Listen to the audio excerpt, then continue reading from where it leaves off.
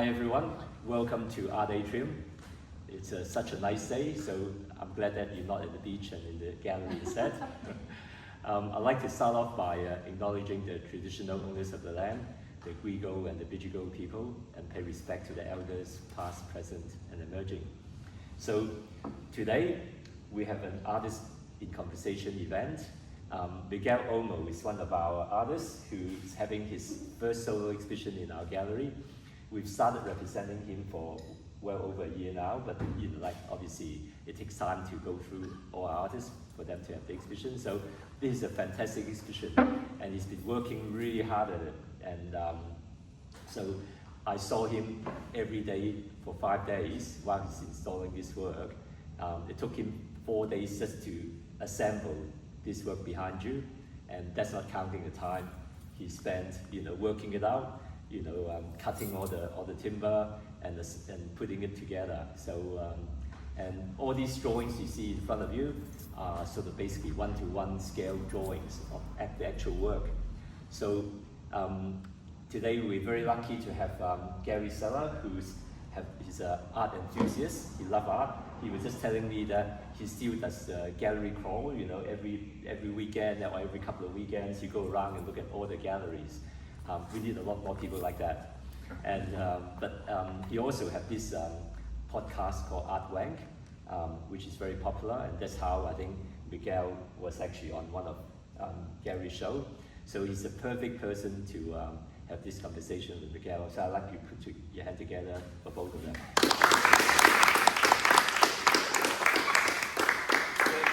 Thank you very much, Simon, and welcome everybody. It's nice to see you here. As Simon said, it's a stinking hot day outside, so thanks for coming along. As Simon said, my name's Gary. I'm a bit of an art tragic, actually. I've been for many, many years, but very fortunate in the last year and a half that I was invited about a year and a half ago to join the arts podcast, Wank, and absolutely loving it. And as a result of that, have the opportunity to meet lots of artists and speak to them in their studios or in their homes. So I guess today we're all here because we either know Miguel or you wanted to know more about his work. And I think what this is all about, this discussion this afternoon, is getting a better understanding of Miguel, the man, the artist, his motivations, his inspirations, and I guess his creative output. As you may know, Miguel wears a number of hats. Not only is he a practicing artist, but he's also the director of the Lane Cove Art Gallery. And it was in that capacity that I first met Miguel about 12 months ago. We interviewed Miguel along with two artists that he had selected for a show that he curated earlier on this year called Repair, Replace. And I guess it was during that conversation that I gained an appreciation of Miguel's own art practice. So it's an absolute pleasure to be able to sit here with you today, Miguel, and have this chat. So today we're going to focus on you, the artist, not the gallery director, you, the artist, and your creative life. And I think it's fair to say that Miguel is a multidisciplinary artist. He has explored a multitude of areas: painting, sculpture, light, installation, video. I would say this show today he's really focused on painting and installation, and I would guess sculpture. Sculpture you could call this. You describe yourself as being process-led rather than committed to a particular medium, and we'll explore that throughout today's discussion. As Simon said, this is your first solo show here at Art Atrium. I know that you've been involved in some group shows in the past. So firstly, congratulations on this show. I think it's a fantastic show, and it really, when you walk in, it immediately impacts you. I mean, it's quite, it's thought-provoking, and that's something I want to explore when we start the chat. So I guess we discussed how we could approach this. We could either focus on the show, but I think that wouldn't do justice to all the work and everything that's become before this show. So Miguel, why don't you, firstly, how are you feeling? Hot. Hot? That's a good point, yeah. You're feeling okay though? Yeah. You're calm, relaxed? No, really, it's actually really exciting to be here, and thank you all for coming. It's difficult to give away your Saturday to come and listen to someone talk. Some of you guys have probably heard me talk about this a number of times. but hopefully you haven't heard me talk about it in this particular context. Yeah. Because we're talking about how far back do we want to go. Well, why don't you start by telling us a little bit about the very early days? I mean, when you first sort of realised that art was something that you wanted to pursue? I was 6. 6? Okay, Yeah. we're going back. We Not that far, you're a young guy. Yeah. So I was 6 when I decided I was going to become an artist. After I decided I wanted to become a bullfighter, so I was living in Spain, I said to Mom, I'm going to be a bullfighter. 5 minutes later, the bullfighter gets gored on TV. Nope, I don't think I'm going to become a bullfighter anymore. Much safer option. Much safer option. I mean, really, a lot of people probably don't know this about me, so you know what, let's just go there. So I had a major accident when I was 6 years old. I almost lost my right eye. I punctured my eye at school. Was it a ball? It wasn't a bull. Good. Could have been one. I punctured my eye and I almost lost my right eye. For 3 months, I was hospitalized. I had an eye covered. But there's another side story to that, which I'll share in private with you guys, that involves the Pope. Yes, I'm selling it. And I lost a lot of school. And I was doing a lot of drawing. And you know, the teacher thought that I was going to have to repeat class because I lost so much time studying. And I remember one day, the teacher sort of had like parent-teacher interview with my mom, and you know, I remember looking over and the teacher saying to my mom that my drawing. So whenever I did a drawing, the teacher would put it up on the wall, you know, for the kids. And there was a wall for the class, and there was a wall for me. Wow. And that was the first real time that I realized that maybe drawing was my thing. Is that because of the volume of work you were The creating, volume or of just work that because I how was creating. special it was? Well, Bit of both. a bit of both. I think my drawing. I mean, I'm not an amazing drawer. I'm not a huge, a big draft person. But I think at that time I was producing a lot of drawings, and the quality of the drawings were such that the teacher felt they could go up on the wall. So that basically sparked an interest in me that this could be something. And then soon after that, my mom was working for the director of the Fine Academy, the Academy of Fine Arts in Valencia, who saw my work and gave me a scholarship to basically study at the university at the age of 12. At that point, my parents had already applied to come to Australia and had been approved to come to Australia, and we were basically preparing to come to Australia. And my parents asked me, do I want to stay in Spain and go to university and continue to be an artist, or come to Australia with my parents? And obviously I'd been 12, I said, no, I'm coming with you guys. So we came to Australia, and then obviously I had to learn English, had to adjust to living in Australia, had to adjust to life. But I always knew that I was going to be an artist.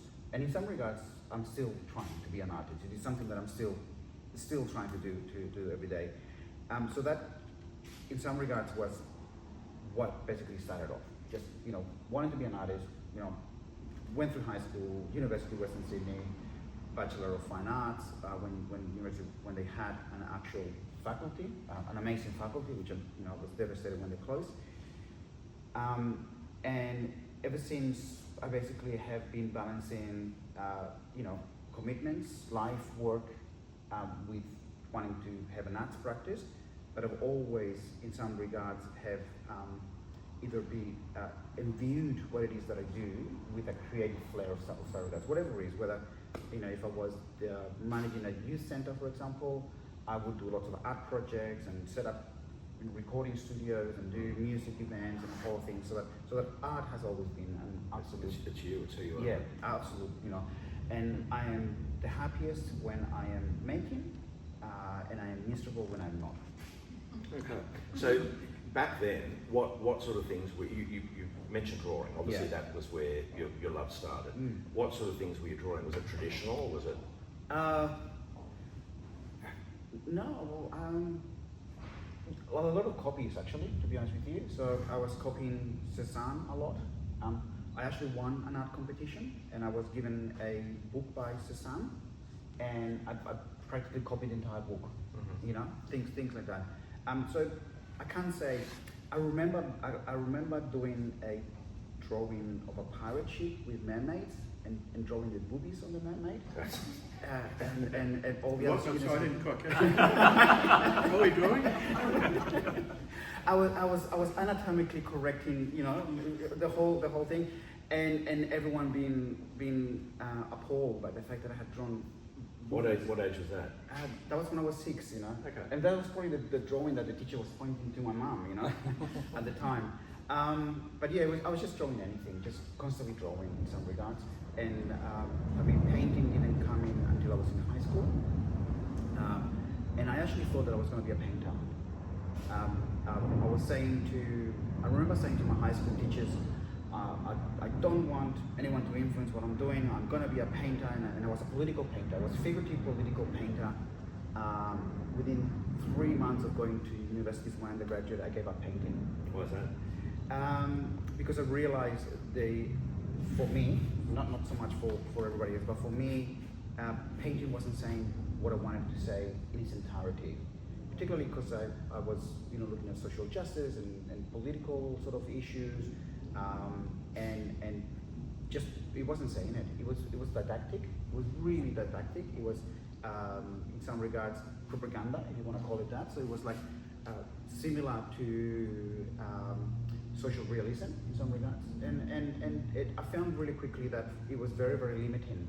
But then I found video and installation and performance and sound art, and I mean I guess the single event that set me off was creating some paintings which I thought were bloody good. Obviously not, because my lecturers just rubbished them. This is in Australia. This is in Australia. So this is yes. at Western Sydney University. Yeah. My teachers rubbishing my paintings, and just getting to that point where it's like, well, what now? And I think, you know, out of spite, I think I said to one of the lecturers, well, I should just bury the whole bloody thing. And they said, why don't you do that? And I did. So that then became performance art. That became performance art through video. So, you know, so I dug a hole in the back of Kingsland University's buildings, dug a hole, buried all my sculptures, buried all my paintings, covered it, filmed it, and presented the video as my work. And that was the catalyst for everything else I did after that, which, you know, was just embracing the multitude of mediums that are available to us, and the multitude of tools that are available to us as artists, rather than a single focus, oh, I must paint the most realistic painting that I can possibly paint, because of the ego. So it's about getting rid of that ego in some regards. So having explored a number of different mediums, do you have a preferred, is there a preference? I tend to navigate towards sculpture. Sculpture seems to sort of, it is the physical aspect of making things that I tend to navigate to. But I try not to give priority to any one medium. I allow my circumstances to help me to identify what I should be doing at that time. So there are times when I'm incredibly busy, family, work, whatever, and I can barely find time to get into my sculpture studio. So I do a lot of sound art, because I can do that anywhere. I can grab my phone and start recording, and then I can sort of manipulate sounds or video or anything like that. Or there are times where my studio is just not it's not set up in the right way for me to be able to work, because I've just left it in a mess and I can't be asked cleaning it. So then I might sit in the corner of the house with a computer making three-dimensional objects, you know, or video art or whatever. So I allow the circumstances around my life and To determine what media I'm using. And that sort of came, so obviously I've been doing this for a very, very long time, but there have been periods in my life where it has taken a backseat. And those times in my life have been miserable in some regards. And I think it was when I realized that everything around my life was the material that I could use to create art, that my relationship to my practice freer and able to produce more, because I wasn't necessarily having to make sure that I had a studio with with the tools, with the space, whatever. Any corner of the house, any corner of the world could become my studio, and then that really sort of shifted, which in some regards is why my practice is also so eclectic as well. Yeah. One of the things I was going to discuss with you later, but we'll do it now because I think it leads on to something you just said, and that is your love of repurposing and reusing materials. Yes. In many respects, the materials that many of us might just choose to discard. Yes. Talk to us about that and whether your interest in repurposing materials first came. Well, that's first started at university. So in my undergraduate at Western Sydney University, there used to be a clean field very close to the arts faculty. So every day there'd be trucks coming in and dumping waste. Right. This is clean waste, so like construction waste and things like that. Because they were leveling the ground to put hockey fields on it. Mm-hmm. So every day I would go out into the tip and collect material. Primarily because I didn't have the funds to buy, the paper and the canvas and the paints and things like that. But also because I was particularly attracted to the materials themselves. I guess in some regards appalled by what people throw away. Like, you see value in something that someone has discarded. But I approach my salvaging of materials slightly different to how other artists may salvage materials. How's that? So I try to take the material back to its raw material state. So I mean, there are some times where the material shows, it manifests itself as being having a previous existence. But if I didn't tell you that every single piece of wood in this particular work was reclaimed wood, you'll think I've gone to Bunnings and bought it. Mm-hmm. So I spent a lot of time turning that material into raw material. So cutting it back, planing Cutting it, it back, yeah. smoothing it, cutting it to the right size. I mean, even the selection of the width, for example. So 19 millimeters is what you get at Bunnings when you get 19 by 24 millimeters or 19 by 36 millimeters, so which is a standard building sort of timber. I could have turned that into any measurement that I wanted because I could have cut it to whatever size. But even sort of selecting that, which basically when you look at it, you go, oh, well, you go to Bunnings and bought this. But no, I didn't. I milled the timber, and this particular body of work that was important to me. So in those, Why, Miguel? Why was it important? Because there's a lot of work For nothing. but before you start executing it into a work, you spend what seems like a very labour-intensive process on the materials. So I'd be very interested to know why. Because the process is what's important to me. It is the process of being in contact with the material that is important to me, as much as the process of developing the idea, as much as the process of putting it all together and presenting it. All those elements of the process are important to me. My father was a carpenter, and I've been using tools since I can remember. you would have access to a lot of offcuts, I would imagine. Lots as well. of offcuts, that sort of stuff. So for me to prepare timber, it's getting myself into the state of flow in some regards. So was it primarily timber that you were collecting then, and for sculptural work, obviously? No, I was collecting wire, Whatever. metal, anything, really anything. Yeah. I had someone.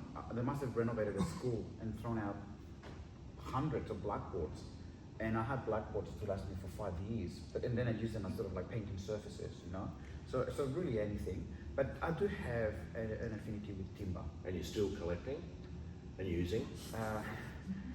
To my wife's disgust, I'm a hoarder. All sorts. It takes a lot to admit that, Miguel. It does, but I'm also a Tetris master. I can slide in all my things and take up every single available space, so it doesn't look like I'm a hoarder. Just a collector. Just a collector. Yeah. Underneath the stairs, wherever you can find, it's like, If there are 2 inches of space that I can put a piece of timber, I will put a piece of timber. Very good. Just one last question before we move on to this show and your work, your current practice. I mean, when you reflect back over your life and I guess your formative years in Spain, I mean, and if it has, how's it impacted your work and your approach to your work now? Huge In what way? impact. So the part, again, to my wife's dismay and disappointment, ephemerality is a part of my practice as well, and that comes from my heritage. So in the part of Spain that I'm from, there's a huge, massive festival, which I think is the best festival in the entire world that no one has heard about, or very, very few people know about.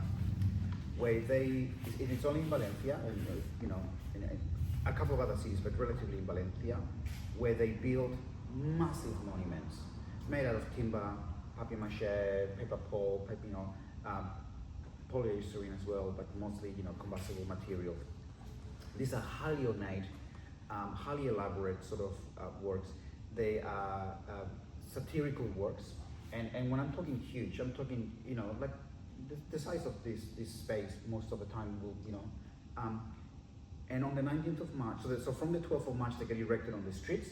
But they've been building them for a year, for a whole year. Right. So they work on this project for a whole year. Yeah. So on the 19th of March, so from the 12th of March they start sort of putting assembling it. From the 15th of March, the festival really kicks in, and then on the 19th of March they set fire to it. Wow. In a 16-kilometer radius of the city, there's 800 of these monuments that go up. And they call the fallas of Valencia. And that has really sort of influenced how I approach making, but how I approach longevity as well. And I don't make things like, you know, I could have given my files to a fabricator and say, go off and make this out of steel that's going to last 1,000 years. But that doesn't interest me. You know, the ephemeral nature of the work that I make, I think it's important to my practice. The fact that I'm not interested in leaving a legacy of hundreds of works that are going to last 1,000 years. You know, I'm not interested in that. If the works disappear from this planet at the same time that I disappear from this planet, that's fine. I think within the art world, if value has been afforded to a piece of work, and I don't necessarily want to call it art, but if value has been afforded, then the mechanism is there for the longevity to be there. If value hasn't been afforded, then it deserves to disappear. And I'm always looking for... Do you have a problem with that? No. You don't? No. It's basically there are a million masterpieces that have disappeared from this world because the artist has been in the wrong place at the wrong time. And that's perfectly fine. And there's lots of artworks that are in museums that perhaps shouldn't necessarily belong in a museum, that could have very well have disappeared through the test of time. And that could be problematic, but I also have no problem with that. I think, because a lot of my work is also about exploring time, both present time and deep time in some regards. So it's just the test of time. And that's actually a beautiful segue, because my next question was actually about your master's, which you chose to study time-based art. Yes, which meant... What is it? Describe it. Tell us about it. Well, it's actually the same thing as my undergraduate, which was 4-dimensional studies. And it was like 4-dimensional studies, like you go painting 2-dimensional, pre-making 2-dimensional, great. Sculpture, ceramics, 3-dimensional. What the heck is 4-dimensional studies? And 4-dimensional studies basically is anything that then starts to incorporate time into it. So that could be deterioration over time? Could be deterioration. Yeah. Patina, yeah. Rachel Miller, wonderful artist. Remember when we were doing the undergraduate, she put these objects that basically throughout the process of the exhibition deteriorated. They got eaten up by mold, things like that. So, but it's about looking at the other dimension, which is time. And time, again, in some regards, going back to what Gary was asking, why is that important? That's important to me, because that is my time that I choose to spend doing this thing. So for me, it's a marker of my own existence, the fact that I have taken the time to do this not necessarily the object itself, but how I choose to spend my time is what that's important. So time-based art, there was a lot of video work being done at the time. John Gillies, the amazing John Gillies, video artist, he was one of my lecturers at the Masters, and sound art, installation as well in some regards.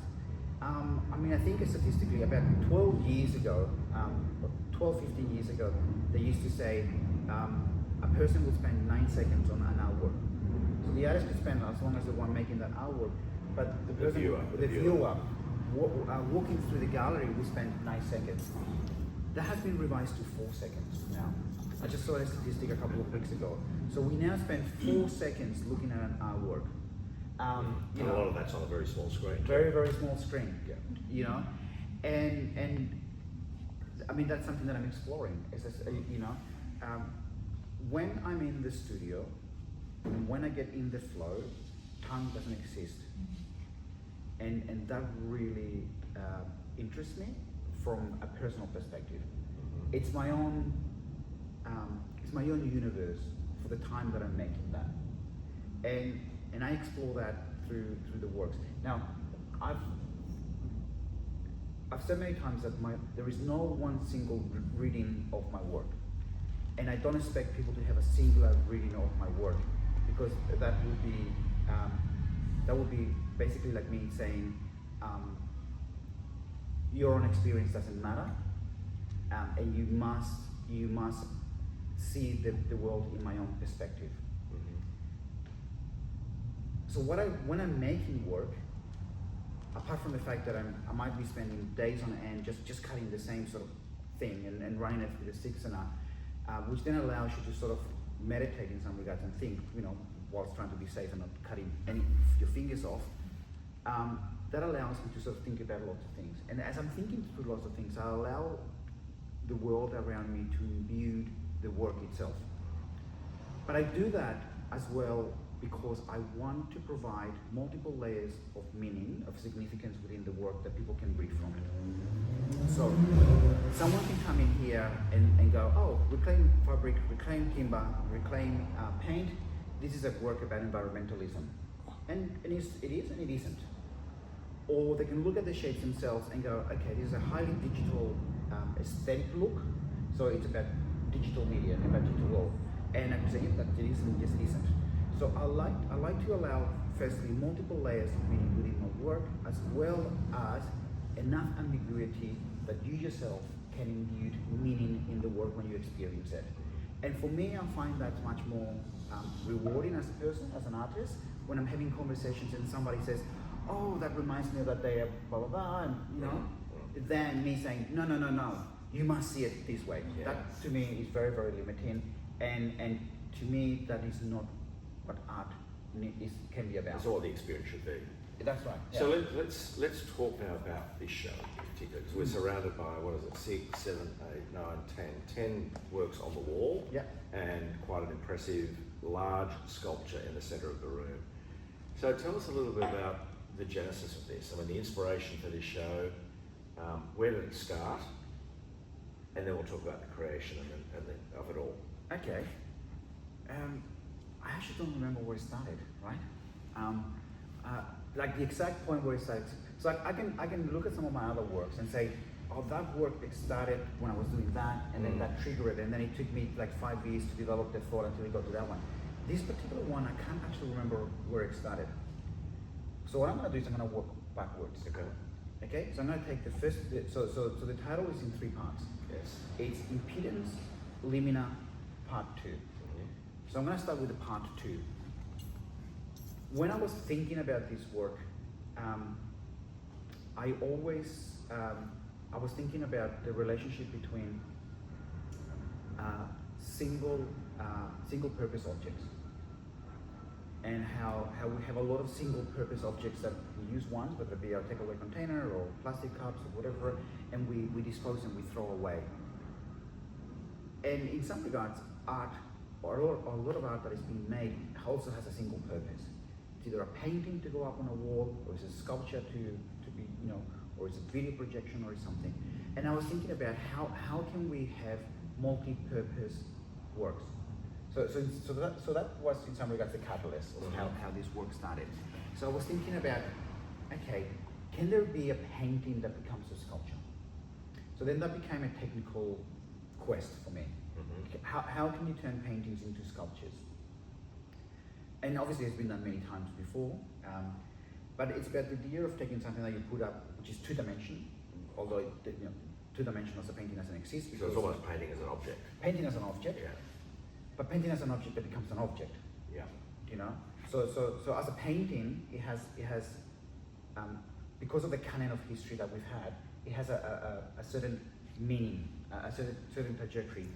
But then what happens when you take that object and then you create it as a volume? You know, they join together, they interlace together, and they become. And I actually started thinking about that. 2008, I think it is now. 2008, when I was actually doing a project with Jonathan, who is here in the audience today, and we were doing a performance, like a sound performance that incorporated sculptural elements. And I think that's where I first started thinking about. Actually, I had completely forgotten about that. I had started thinking about how can we take two-dimensional objects, turn them into three-dimensionals, and then add the element of performative aspect into that. That project didn't get funded, didn't go ahead, we didn't get residencies, we didn't get any of the things that we applied for. But I continued sort of thinking with that. And then I got approached by Cassandra Hadlori, who was a curator at Willoughby Council. She was curating art space of the concourse and the incinerator project. And she said to me, she was putting together a show called Human in the Wire. Cassandra is a fantastic curator, but sometimes when you have conversations with Cassandra, she gives you only snippets of what she's thinking about.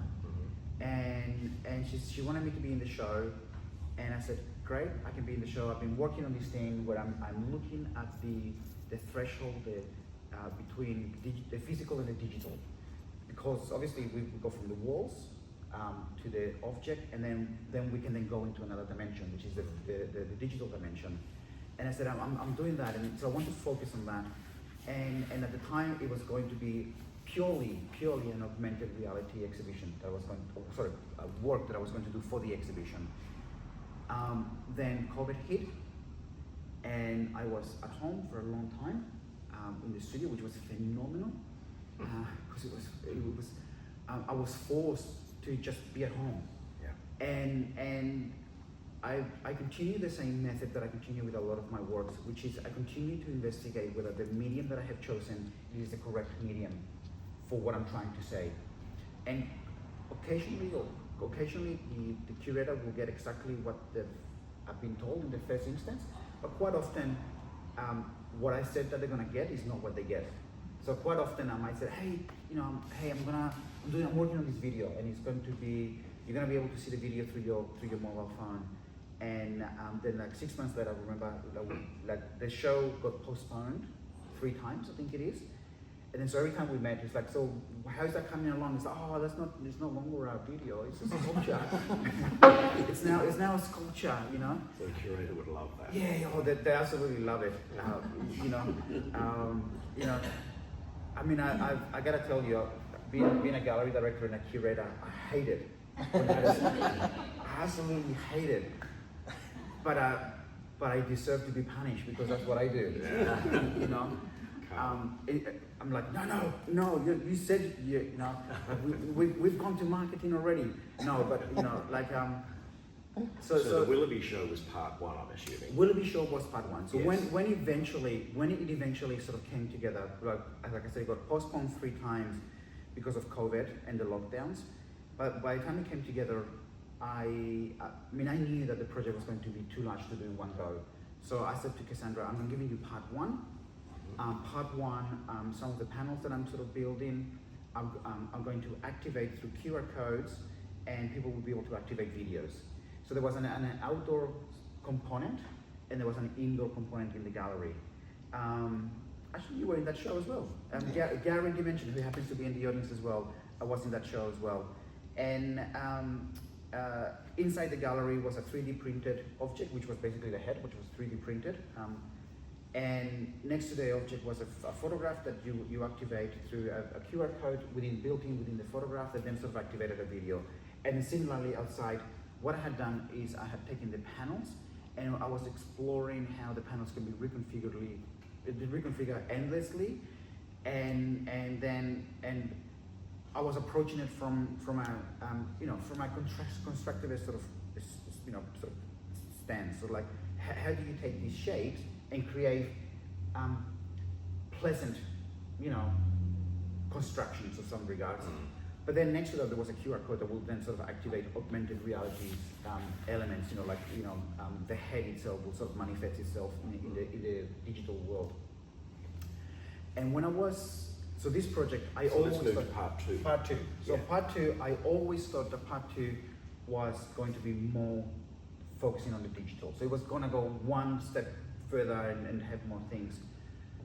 But then, so limina is Latin for liminal. So I was looking at the threshold between the liminal spaces between the physical world and the digital world, which So talk to us through that. Talk about that. So That I guess that threshold or The the nexus threshold. between the two. So the threshold is both a cultural threshold, a physical threshold, and a metaphorical threshold. It is a cultural threshold in that, depending on where you sit within your adoption of technology, you either think that this is how we're moving, and and if you don't move there, you're archaic. So that's cultural. Metaphorical, in that we haven't transitioned there yet. It still is science fiction in some regard,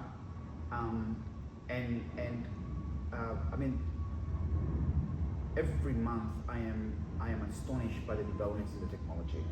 So like we have this conversation in another month, and there'll be a completely different sort of take on that.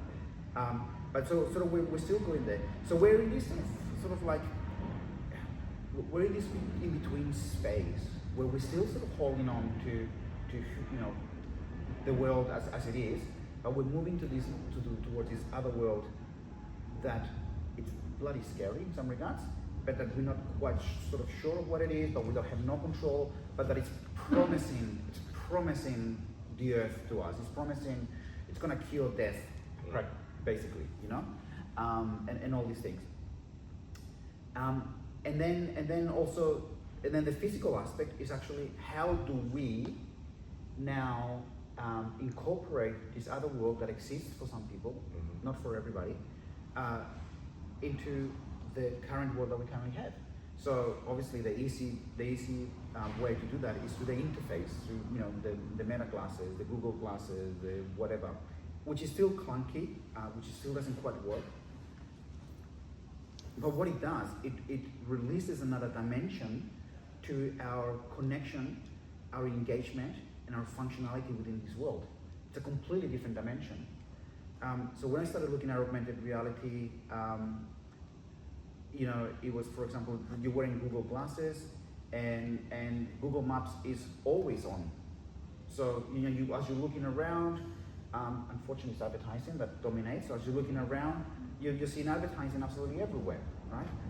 That's not necessarily a world that I want to live in. I don't necessarily want to have any more advertising, but I was looking at that. So that's the threshold I was interested in looking at, which we currently sort of find ourselves in. So again, we are transitioning, culturally transitioning to something else, and we're transitioning too fast, which is where then the first part of the title comes in, which is impedance.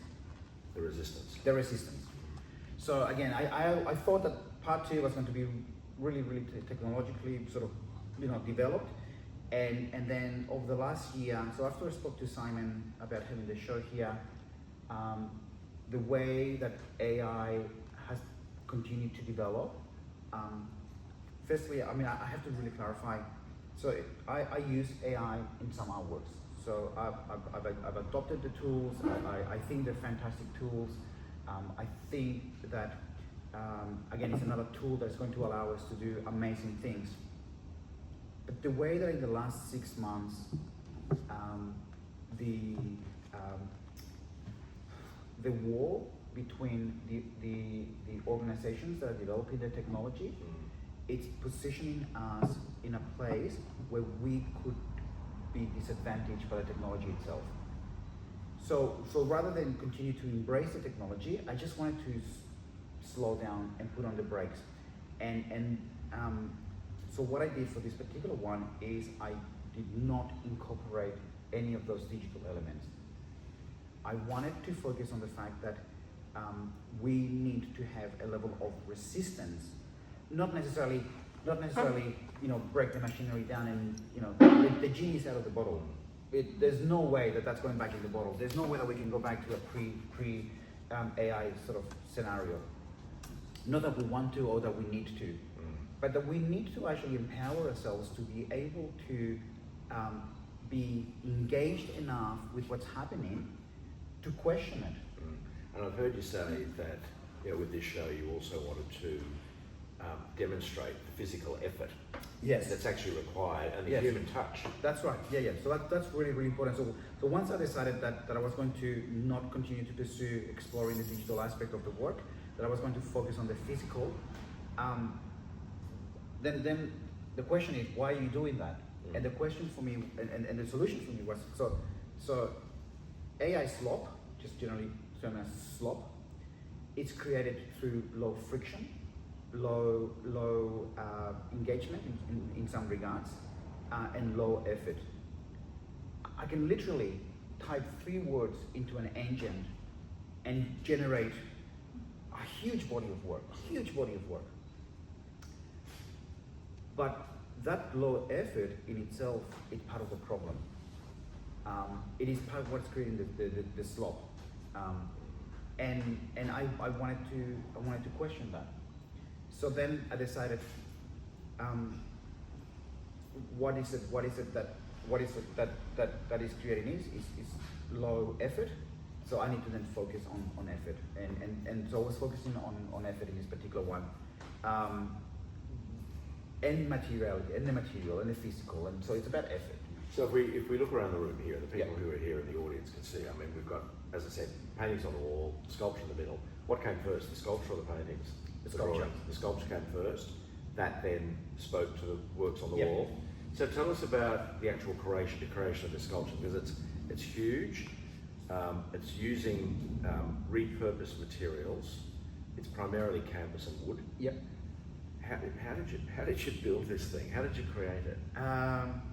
It's a head. It's a head. Yeah. It's a head. It's a big, massive, low poly head. Yes. So low poly. It's the lowest amount of computing data that you can have when you're creating objects within the digital environment. So low poly basically uses triangles and polygons to generate the shapes themselves. And so even from the times when I was doing my undergraduate back in the early 90s, I always wanted to learn 3D rendering software. And you start, you stop, and whatever, and I always wanted to, and I never did. And this was the perfect excuse to teach myself 3D rendering software.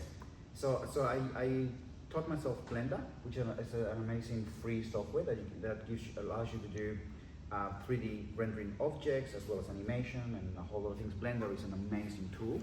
So again, lockdown, amazing time. You can just keep teaching yourself things. So I learned Blender, created the shape in Blender, scaled it up to whatever size I wanted, and then I taught myself CAD. I always wanted to learn, because I needed to find the angles, So does it break it down and create the pattern that you then have to develop? Yes, yeah. So in Blender you create the shape itself. Then you do this thing that's called triangulate. So basically, if you have polygons in the digital world, it gives you the illusion of form, but in the real world that doesn't happen. So because in the real world the points don't necessarily correlate. So what you do is you triangulate the points, and then the triangles becomes actual physical objects. And then each triangle that I created, or each polygon that I created, I brought into Blender, and I'll to be able to then work out what the angles are going to be.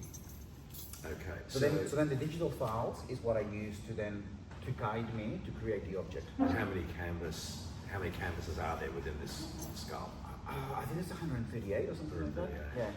So it's the biggest painting show that I've ever It is entered. the biggest painting show. So yeah. essentially what you're talking about is then each shape, well, the birth of the work Yeah. is digital, basically. Yes. It comes from that realm, and you've Yeah.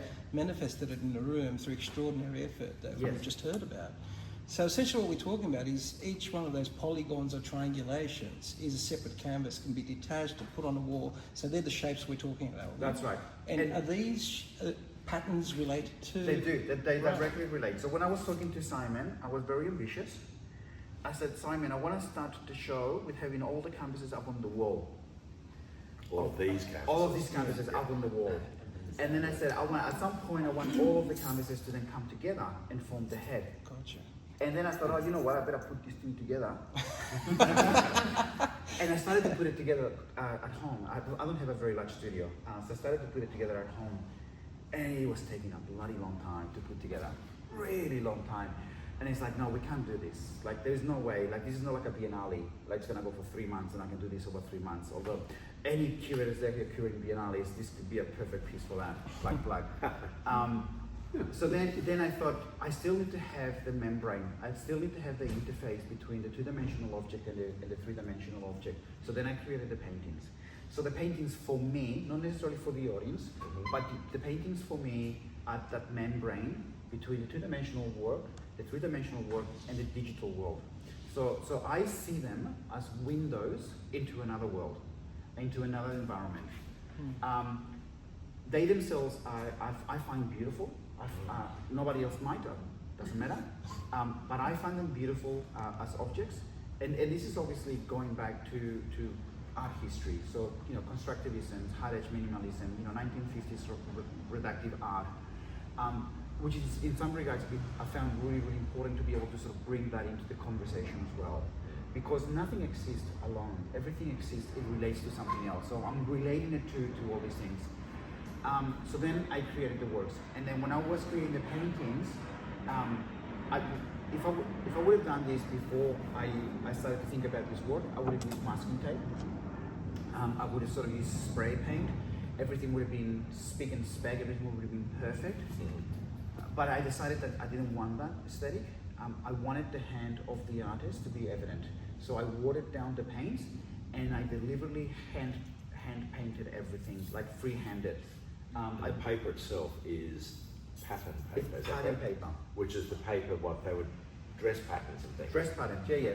So my in-laws used to have sewing factories. They used to sew garments, and when they closed their factory down, a huge massive roll. I got rolls of it. I took it home. The fabric as well.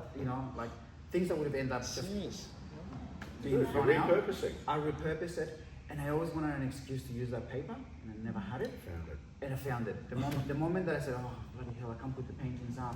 Pattern paper.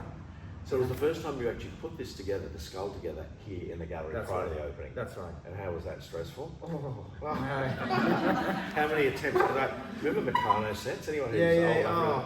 Stressful. That looks like a gigantic Meccano set. It is it's a giant Meccano set.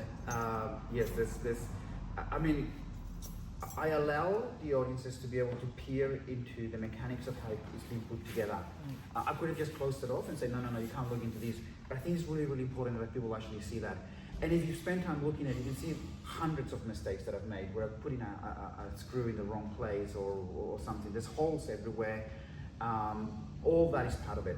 It is perfectly imperfect, which is really, really important for what we're trying to sort of accomplish here and trying to say. Yeah. Are you inviting people to crawl in or not really? Not in this incarnation, because for that Too to happen, fragile. well, it's a little bit fragile in terms of how you. I know exactly where to step, Yes. so I can go in and come out. But I wouldn't want, also WHS as well. When I finished installing, I was covered in cuts because the bracing sort of sticks out here and there, and so WHS. But I mean, who knows? We might see another incarnation of this where it becomes much more functional. I think you need the rest of the torso. Yes. It's crying out for the body. It's definitely Simon is. needs a bigger gallery. Yeah. To Tell us, Miguel, when people are standing here in front of your works Yep. now, knowing what they know, given the explanation you've provided, what are you hoping they actually experience? What do you want them to think about? Themselves. Yeah, in what way? How they relate not to the works themselves, but what to the works they're trying to allude to, which is how do we relate to the current world and the fact that we're losing control over it, and what agency we have to be able to assert that control back into ourselves. The work is not political in that regards, but when I'm doing these works, I'm playing the news, I'm playing podcasts, I'm playing different things. And I'm playing things that unfortunately is telling us that the world is going into a direction that I don't think we want to go. We've already been there. We learned a lesson. We thought we moved away from that, but we're back in that. Now, When was that? 1920s, 1930s? Photography to painting to photography? No, I'm thinking more political terms. Right, okay. So I'm thinking more of a swing towards the right that we're seeing again. Unfortunately, the way that technology is developing, through the way that corporations control the technology, we're moving towards a techno-feudal society, which is scary. Now, that the work is not about that. Again, there's another layer of meaning that can be there, but it's not about that. But I want people to be able to look at the work, think about the choice of words that I've sort of put together in the title, and then think about their own agency in that regards. But you are correct. You are correct when you're saying about the relationship between photography and painting.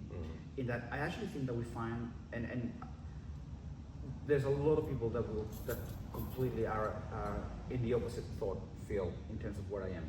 But I actually think that we find ourselves in a similar, not exactly the same, but in a similar situation where artists found themselves at the turn of the 20th century, when photography displays the artist as the maker of truth through figuration. And that we now find ourselves with a set of tools that is once again displacing the artist.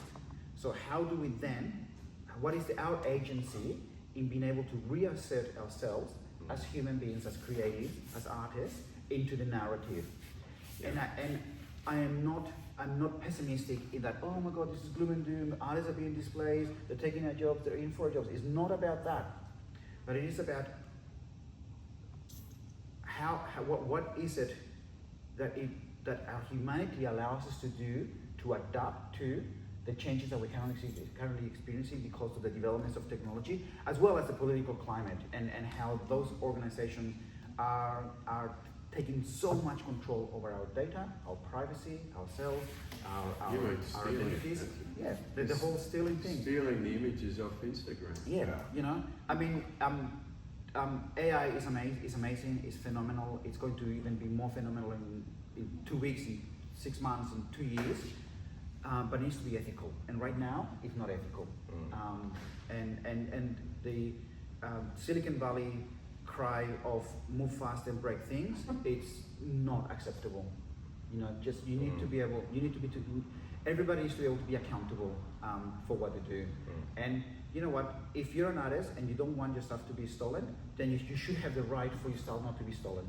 If you're an artist and you are happy for your stuff to be taken, but then you get paid to use, then that's fine as well. But that's been taken away from us. Yeah, just on that, when we met last week, you referred to a quote, and I will quote. You said the best critique for an artwork is another artwork. So Yes. how do you apply that to your practice? So, just to give some context for those of you who may not know.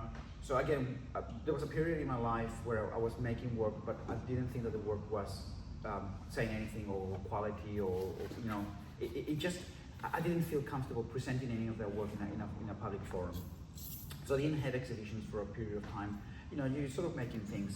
And so in some regard, you find yourself having writer's block, having, you know, artist block, you know what I mean? Lots of material, but nothing to do with it in some regards, you know? Some time and some money, but nothing else. But I wasn't making anything. And I came across a quote by one of the members of the Fluxus group. Now, don't ask me who he was. I read it in an article, I think it was Art Forum, and they said the best critique for an artwork is another artwork. And that for me was the realization that I could critique my own artwork with a different artwork.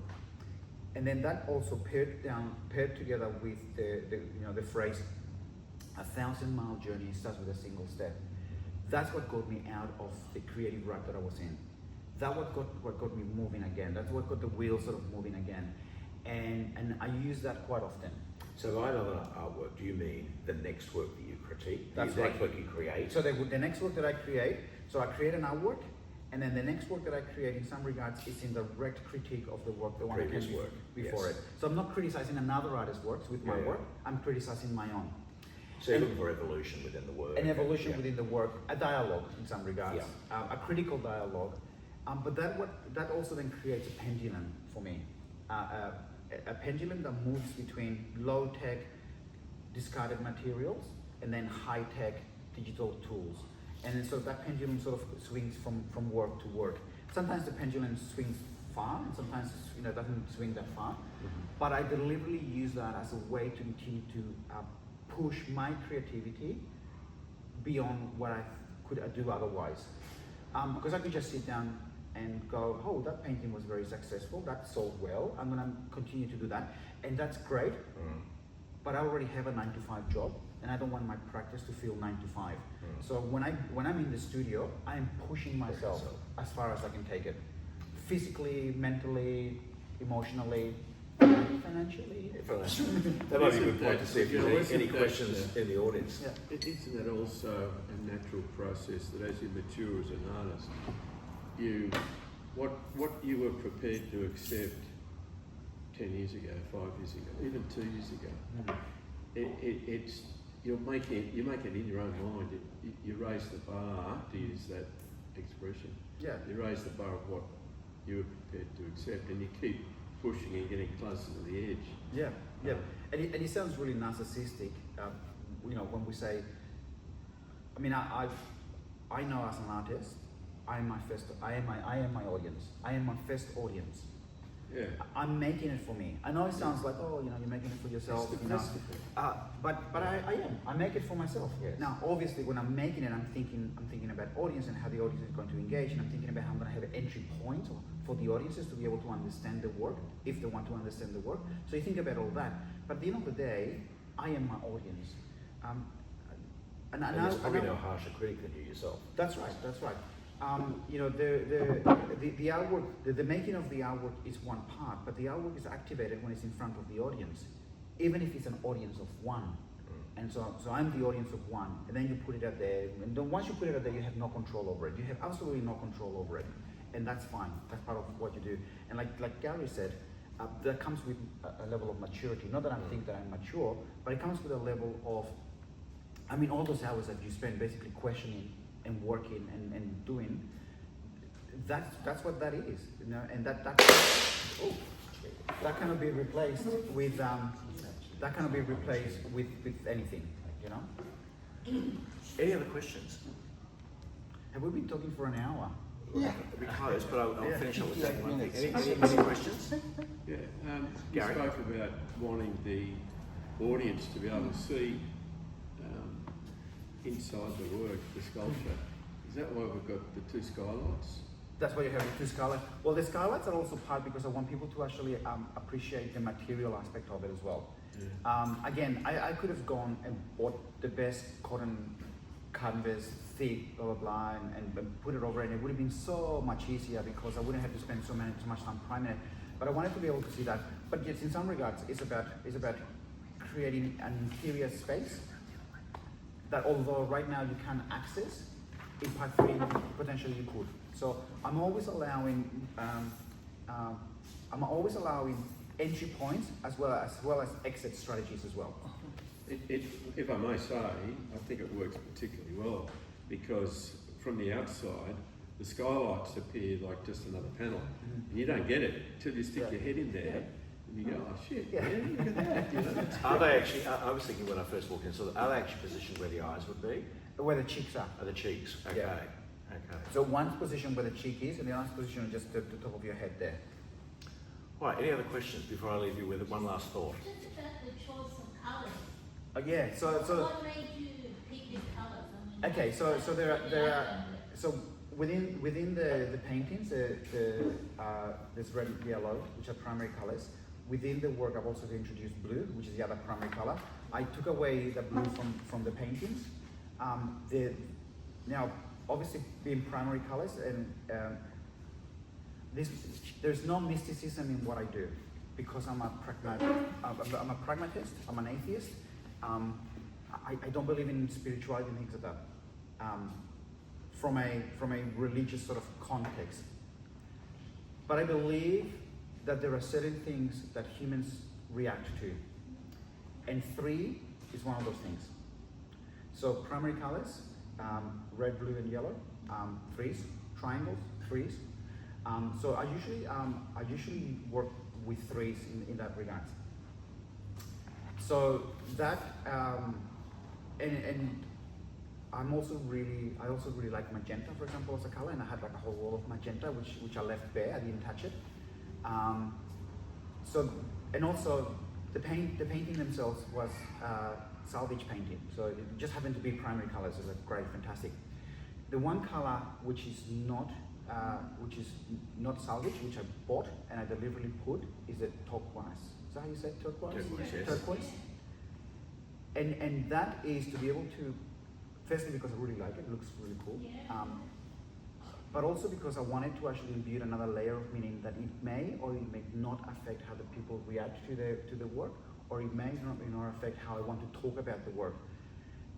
And turquoise was used by colonial powers when they were taking over places like Southeast Asia, for example, as a way to present themselves as modern, innovative, in opposition to traditional societies.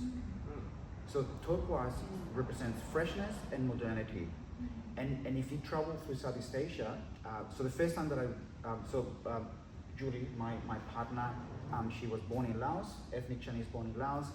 And the first time that I really noticed that color was when we went to Laos in 1998. And it just struck me, that's an odd color to find here. Well, there was a lot of it. There's a lot of it, Yeah. particularly in French colonial buildings. You see the color. So then when I was putting this together and I wanted to add another layer of significance, whether or not it's relevant or not, I chose that color. And again, you can talk about metaphorically how that color can represent the colonialization that is currently happening in the digital space and the techno-feudalism that we're currently seeing. I'm not going to get more into that, but it was just one of those choices that you make aesthetically as well as politically. And it works beautifully when you look around the room. So look, just in closing, I just want to quote a small paragraph from an essay that I recently read, and it's written by a lady by the name of Katie Reynolds, who's an independent curator and arts writer. And she states, "An artist, whether painter or poet or architect or any other medium, becomes a steward for perceptual experience. Through the creation of their work and the act of sharing their work, artists provide opportunities for us to examine both inwardly and outwardly." And when I read that through the week, I thought, my God, that actually talks to what we're seeing here. And I guess it'd be very easy for people to walk into this room without knowing what we now know as a result of hearing the story, Miguel, to stand in front of these and say, well, look, it's a group of coloured triangles that we sort of understand and can relate to, that have been assembled randomly. And that's not the case at all, which you've highlighted beautifully today. And I think that would do an absolute disservice to you and to ourselves if that's how we view this work. So I think for all of us today, having heard from Miguel and better understanding the philosophy, his intent behind the work, I'd really encourage everyone to have another walk around the room, have another look at the skull, and think deeply about ourselves and the world that we're living in. So thank you very much and congratulations. Good on you. Thank you.